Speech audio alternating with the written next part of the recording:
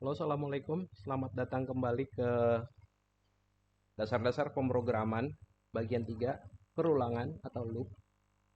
Untuk membuka web developer tools, jangan lupa Ctrl Shift I. Setelah sebelumnya kita belajar fungsi ya, hari ini kita belajar perulangan. Ya, perulangan itu dibagi dua secara general, yaitu perulangan tertentu dan perulangan tak tentu. Perulangan tertentu itu kita udah tahu berapa banyak yang kita mau ulang.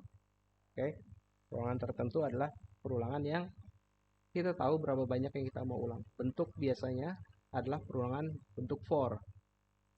For i sama dengan 0. I ini variabel aja ya, bebas. I lebih kecil dari 10. Artinya kita mau kita mau mulai dengan 1 aja ya, biar biasa gitu ya. 1 dengan 10. Kemudian i plus plus. Di antara i ini ada titik koma ya, sebagai apa namanya? Emang cara penulisannya seperti ini, harus dengan titik koma. Jadi ini bacanya selama ulang mulai dari i sama dengan 1 sama dengan i sama dengan 10. Kemudian kita tulis console log i.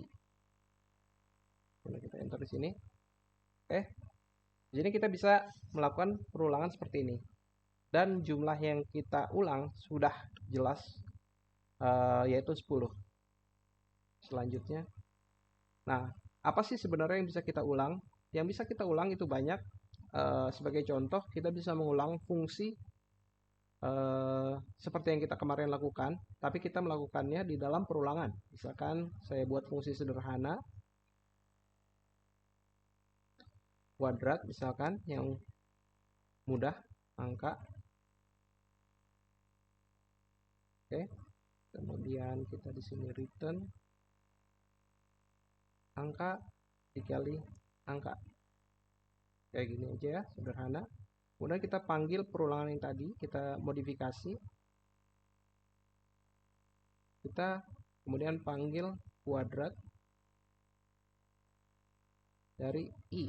Artinya kita akan melihat kuadrat dari angka 1 sama dengan angka 10. Berapa? Ya, seperti ini. Nah, teman-teman udah bisa lihat, ini adalah perulangan dengan jumlah tertentu. Oke. Kalau kita lihat, yang pernah punya pengalaman dulu atau pernah lihat film, uh, misalkan siswa terlambat di kelas, dia akan disuruh mengulang sebanyak 100 kali. Jadi perulangan ini kan, contoh ini kan menggunakan angka ya. Tapi sebenarnya nggak harus dengan angka juga, bisa apapun. Jadi misalkan kita tulis eh, tidak bolos lagi. Misalkan string, saya tidak akan bolos lagi. Kemudian di film tersebut disuruh mengulang sebanyak 100 kali di papan tulis. Nah, dengan pemrograman hal itu menjadi lucu karena perulangan hanya cukup lakukan seperti ini, console log tidak bolos lagi.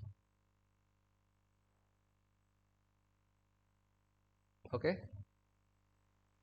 Ini udah 100 kali ya.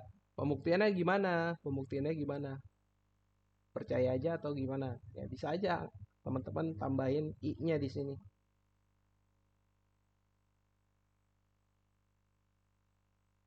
Untuk mengetahui i yang keberapa. Nah, seperti ini. Oke, jadi kita lihat kodenya seperti ini. Jumlah lakukan sebanyak 100 kali dari 1 sampai dengan 100. Jadi untuk pemrograman, untuk komputer, hal-hal seperti itu udah enggak masalah lagi. Gitu ya, jadi terlihat lucu sebenarnya. Oke, ini tentang perulangan tertentu.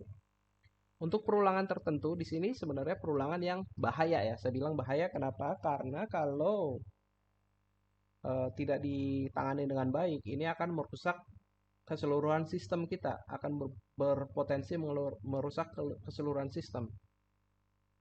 Misalkan kita punya namanya kontrol.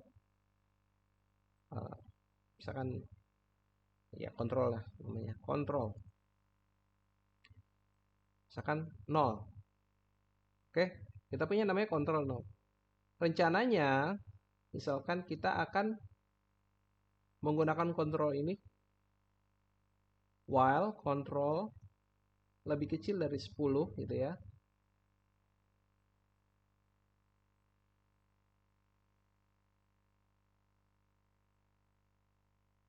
Console log, misalkan perulangan tak tentu. Hati-hati di sini ya. Jangan sampai tekan enter. Nah, di sini apa yang terjadi kalau kita eksekusi program ini, maka program ini akan tidak mempunyai kontrol sebenarnya. Karena apa? Karena kontrol ini tidak ada perubahan di dalam kodenya. Ini yang menjadikan tidak tentu. Kapan itu akan terjadi? Karena nggak akan pernah terjadi sebenarnya. Karena nggak akan pernah terjadi kecuali kita melakukan seperti ini. Plus plus. Nah, ini akan terjadi di beberapa detik kemudian karena kontrol ini ditambah satu persatu ya. Gitu. Ini yang menjadikan suatu hal itu menjadi tak tentu. Karena ketentuannya atau kondisinya terjadi di dalam perulangan itu sendiri. Diulangi, karena kondisinya akan terjadi di dalam perulangan itu sendiri. Ini namanya tak tentu. Ya. Jadi walaupun kita udah tahu, oh ini 9, belum tentu juga kalau misalkan kalau kita melakukan pengkondisian yang lain di sini. Kalau ternyata kita salah ya atau nggak sengaja melakukan pengkondisian yang lain. If misalkan kita membutuhkan kontrol sama dengan 5, misalkan dia melakukan apa gitu.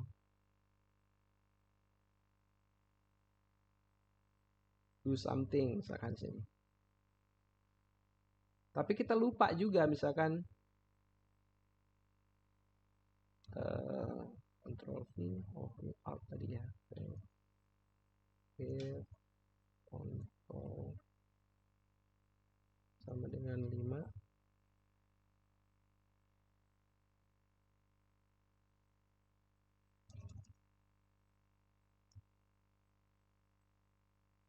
Oke. Tapi kemudian kita lupa misalkan ternyata ada di mana kita melakukan pengkondisian yang salah sehingga mengakibatkan Ctrl C, Ctrl V, oke. Yang mengakibatkan nilai itu ke reset, kontrolnya ke reset. Misalkan jika kontrol sama dengan 5, saya mau kontrol sama dengan 2 karena di kontrol 2 saya melakukan sesuatu, misalkan begitu ya. Nah, ini akan menjadi tidak pernah selesai. Si while ini tidak akan pernah selesai. Hal ini oke untuk pemrograman UI, ini membutuhkan sebenarnya. Tapi menjadi tidak oke karena kondisinya dia tidak pernah tidak pernah ditahan ya. Jadi ada konsep di dalam pemrograman itu, konsep yang lain itu sleep. Nah, dalam kondisi ini dia akan terus berulang. Jadi setelah dia sampai sini dia akan di sini dia kontrol ditambah satu demi satu. Cuman celakanya pada saat di sini setelah dia melakukan sesuatu dia cek lagi, oh 5. Terus di reset atau dikurangi lagi menjadi 2. Pada saat di sini dia akan menjadi 3 lagi. Kemudian diulang lagi menjadi 4. Kemudian menjadi 5. Pada saat menjadi 5 dia akan menjadi 2 lagi. Ini yang menyebabkan dia menjadi tidak terbatas. Karena akan berputar-putar gitu. Berputar-putar nggak pernah selesai. Jadi setelah 2, 3, 4, 5, 2 lagi, 2, 3, 4, 5, 2 lagi. Begitu terus sampai hang, sampai komputernya hang, sampai Firefox-nya hang, kemudian kemungkinan akan membuat Windows-nya hang atau sistemnya hang gitu. Jadi kalau kayak begini bahaya. Pastikan sebelum membuat perulangan tak tentu kita sudah memiliki kontrol yang cukup dan jangan sampai kita melakukan reset terhadap nilai yang kita kontrol. Jangan sampai kita melakukan reset terhadap nilai yang kita kontrol. Gitu ya. Karena itu akan menyebabkan program menjadi liar, kacau ya kontrolnya. Nah, kita cukup kalikan. Oke.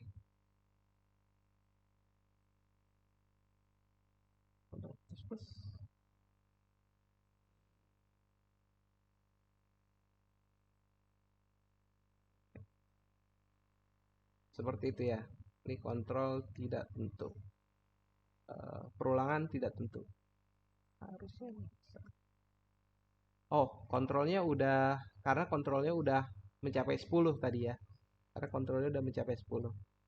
Kenapa dia tidak jalan? Karena kontrol di luar sudah mencapai 10. Sekarang kita ya, kita lihat nilainya udah mencapai 10 ya. Kayak kita 0 sama dengan 0. Kalau kita jalanin lagi, dia akan berulang lagi. Oke? Karena di luar itu, nilai kontrol yang di luar, kalau kita cek lagi, oh udah mencapai 10, berarti dia programnya nggak akan pernah berjalan lagi. Kecuali kita reset nilainya. Nah, dari dua bentuk fungsi ini, dua bentuk perulangan ini, kita harus tahu mana yang kita gunakan pada saat kita mengerjakan sesuatu. Jika memang jumlahnya itu sudah ketahuan dari awal, gunakan perulangan yang tertentu. Dan jika memang tidak ketahuan dari awal dan kemungkinan kondisinya itu ada di dalam kode yang kita eksekusi atau kode yang kita jalankan, maka gunakan perulangan tidak tentu. Oke. Sebagai tambahan, di dalam bahasa pemrograman ada juga yang namanya iterable atau bisa diulang. Iterable ini biasanya berkaitan dengan array atau map atau hash map. Jadi objek-objek ya atau variabel yang bersifat collection atau juga bisa objek yang mempunyai collection di dalamnya. Nah, sederhananya saya akan membuat contoh misalkan array berisi nama buah misalkan semangka, durian,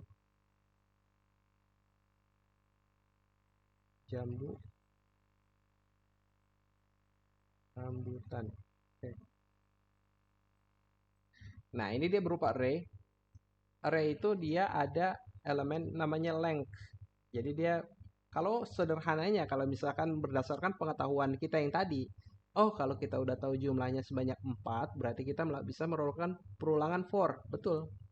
For i sama dengan 0 karena array dimulai dari 0 ya. Kita bisa lihat di sini indeks adalah 0 1 sampai dengan 3. Maka kita bisa melakukan ini. For i sama dengan 0, i lebih kecil dari 4 karena kita cuma butuh i sama dengan 3, i lebih kecil dari 4, i plus plus, oke salah, i plus plus,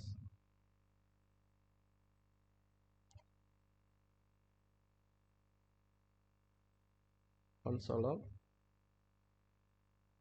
Yang kita ambil adalah di sini nama buah dan indeks untuk mengaksesnya, yaitu indeksnya kita ambil dari angka i, dari value i.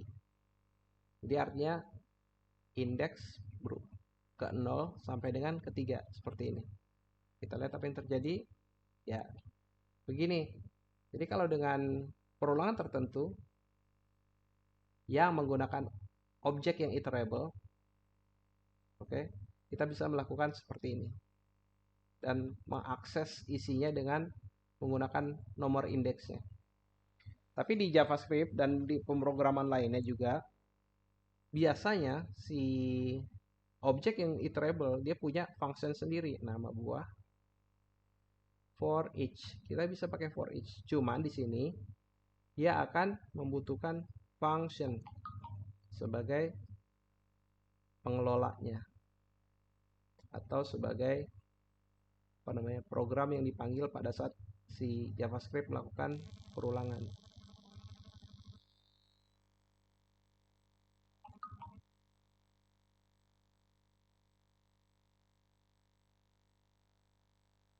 Oke, seperti ini bentuknya. Ya, sama seperti ini bentuknya, tapi dia melakukan for each. Nah, untuk array ada juga fungsi-fungsi yang lain yang tujuannya dengan tujuan yang berbeda ya. Cuman karena ini ya tentang perulangan, maka kita membahas perulangannya aja, for each. Oke. Untuk function sendiri, karena ini di dalam apa namanya? Di dalam dalam function ya, dan dia function ini dimasukkan ke dalam perulangan itu sendiri. Sebenarnya kita bisa either buat dia seperti ini boleh sah-sah saja. Tapi karena dia nggak butuh definisi ini, maka kita bisa juga membuat seperti ini. Ini disebutnya arrow function atau closure. Ya, closure. Sama juga hasilnya. Oke. Tapi kita juga bisa buat function seperti ini, function say nama buah. Oke, misalnya.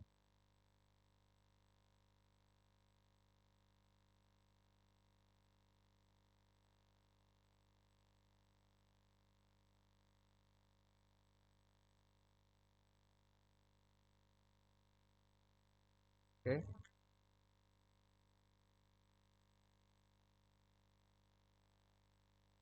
Dan kita panggil say nama buah. Begini. Sebenarnya sama aja dengan tadi seperti ini. Tapi kita udah punya definisi ini karena mungkin ini bisa dipanggil di tempat yang lain gitu. Jadi banyak caranya untuk berinteraksi dengan closure ya atau function. Function jadi nggak harus function yang tadi awal banget kita perkenalkan seperti ini. Tapi juga bisa arrow function atau bisa juga definisinya kita masukkan ke dalam fungsinya tersebut untuk dipanggil oleh dia, oleh function for each ini. Gitu. Nah, saya rasa cukup untuk perulangan. Dipahami dulu tentang kapan penggunaan tertentu dan kapan penggunaan tak tentu. Dan untuk selanjutnya pembahasan tentang array ini termasuk feature ya, bukan dari pemrograman, konsep pemrograman itu sendiri. Itu termasuk feature. Jadi itu akan dibahas di sambil jalan aja.